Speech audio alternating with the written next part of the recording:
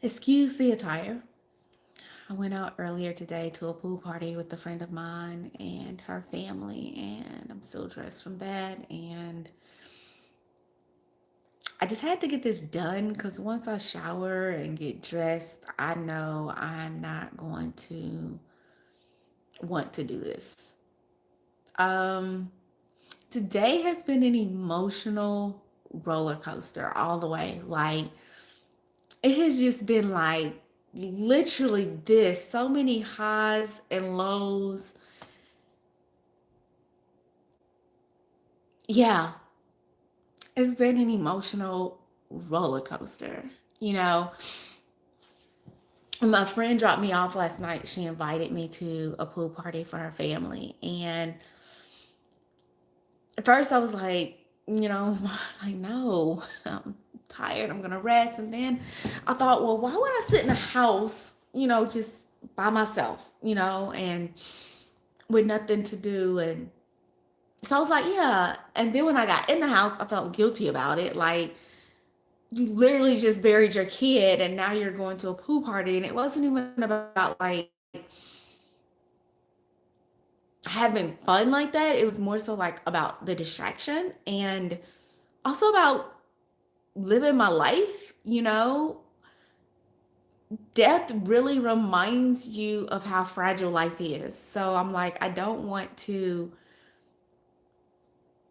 not live because I don't know when my last day is going to be on this earth. None of us do. And I was feeling guilty and I was praying about it last night. And I'm like, am I wrong for, even considering this? And I felt like, God was like, go live. Like, I want you to live. I want you to be happy. I don't want you to be in hurt and pain. But I still just was like, oh no. And so this morning I woke up and I felt guilty about going. And I was looking, I created like a Google photos album for my son. And I asked everybody, like all of the family, to like put any pictures or videos that you have of him in there. And so night, like at night and in the morning are the hardest times for me. Like during the day, I'm okay. And like this week has been so busy, and making arrangements for his homegoing. And I literally haven't stopped. And when it first happened, before I was making arrangements, it was always family and people here. So now my mind is silent and it's getting back to somewhat of a normalcy. And so with the silence, my mind is all over the place. I know I said my mind was silent earlier, but no, it's all over the place. My emotions are all over the place. And so I was looking at the pictures of him and videos and stuff, and there was a video of his of Caleb's second birthday. And so Caleb's second birthday, um, his grandmother on his mother's side had COVID and like the whole family, and we didn't know if his mom had COVID. And so we had planned this birthday party. Well, they had planned this birthday party for him, and it had to be canceled because we didn't get COVID test results in time. We didn't know if, Caleb's mom had COVID or not, so we had to cancel the party. And so they went ahead. I was like, we can move it to next weekend, but they went ahead and did it. And so it was just, the three of us. And I, at the time, had an employee that really was not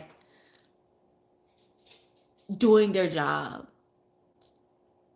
And it wasn't from a lack of effort, it was just a lack of skill set. But I was having to do their work and my work. So I was working a lot of overtime. And when the party was canceled, I remember just thinking, okay, well, I really need to work anyway. So I worked like half of the quote unquote party because they went on without it. And then I went outside and joined them. But just looking at that video, I look at all the time that I missed for a job. Like, for what? Because somebody else couldn't do their job. And that pissed me off. And it just made me realize how precious life is. And that was even kind of like more of a confirmation for me, like, okay, go to this pool party, like live your life. But then it made me sad because then I thought about all the moments I missed. It made me angry because even though that day I wasn't working for money because I'm salary, so I don't get overtime. I was just doing the job because it was a deadline and this person didn't do it. So as the manager, it fell on me. But I started thinking about like when Gavyn was a kid and I would have to literally work overtime and long hours to provide because for most of his life, his dad did not give me any kind of financial support at all. And I got angry.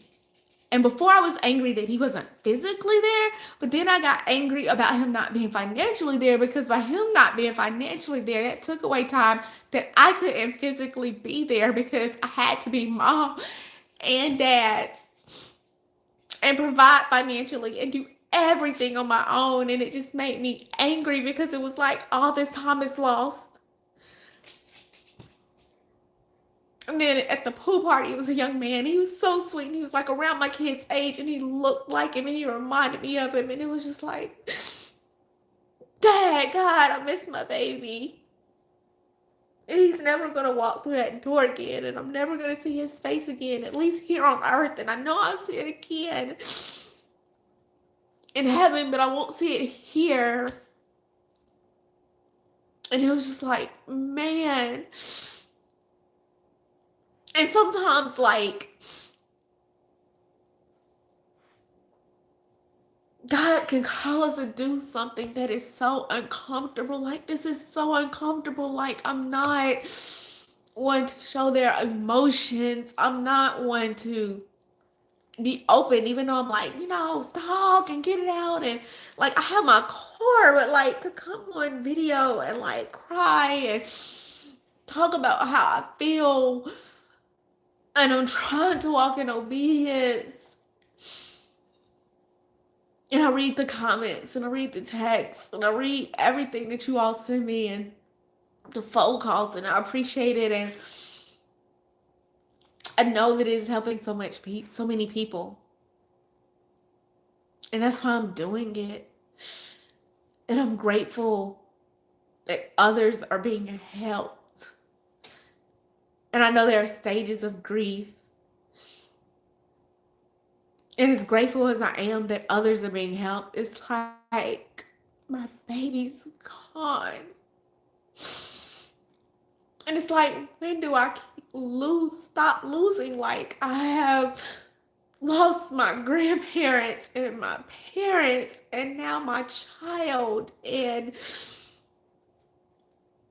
I worked so hard to buy this home and make it everything that I wanted for my family. And now my family is in a cemetery. And I know I have other family, but he was my core. He was the greatest love of my life, and he is gone. So today has been emotional. So there are stages of grief, and every stage that I have shown in the last 5 days has been real. And the stage today is just sheer heartbreak. I thought that, once I had the funeral, I could rest. And last night, I really did rest. I had the best sleep I've had since this has happened. I rested, and earlier today, it was great. And I had conversations with a couple friends on the phone, and they were great conversations. Like, just being out today and seeing that young man that looked like him, it was just like my heart being ripped out of my chest. It was just a reminder that he is gone. So that's where I'm at today. So when I respond to your comments and I say keep praying, and I would say it even when I was doing good, because I know I've gone through grief so many times. I've done this so many times, not for my child, but I've done this so many times. I know there are good days and there are bad days. So when I say pray because I need it, I really do. And I pray too, but I know there is strength in numbers and there's power in prayer. So pray.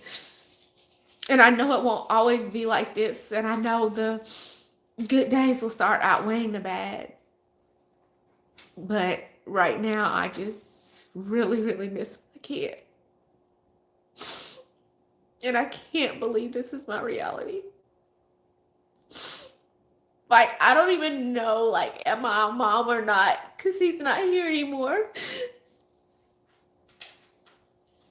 And when someone says, you have kids, what do you say? That I had one?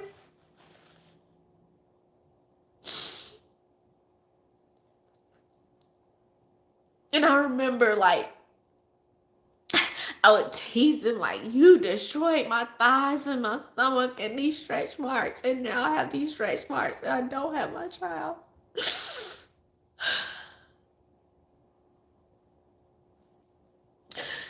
So that's what I'm at today. Today was an emotional roller coaster. Tomorrow I go back to church for the first time since this happened, because Caleb loves church. He loves church so much. He went to go to church the day after this happened. And so Sundays are our day. We go to church.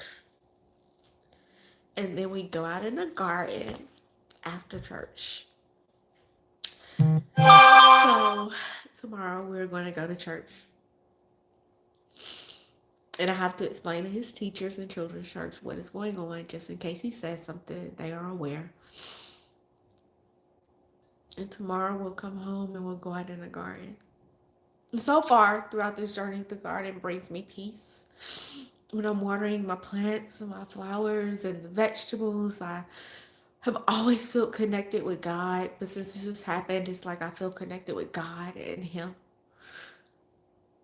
So that's where I'm at. And tomorrow we'll see what happens. I'm going to shower because I smell like a gallon of off because those mosquitoes are tearing me up. And try to relax and try to breathe and try to sleep. I love you. I'll see you tomorrow.